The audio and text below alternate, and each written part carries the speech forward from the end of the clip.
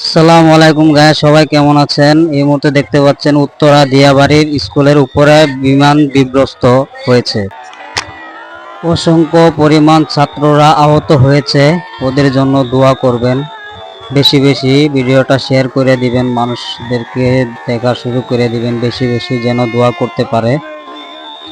এবং অসংখ্য ছাত্ররা আহত এবং মৃত্যু হয়েছে, আপনারা বেশি বেশি ভিডিওটা শেয়ার করে দিবেন।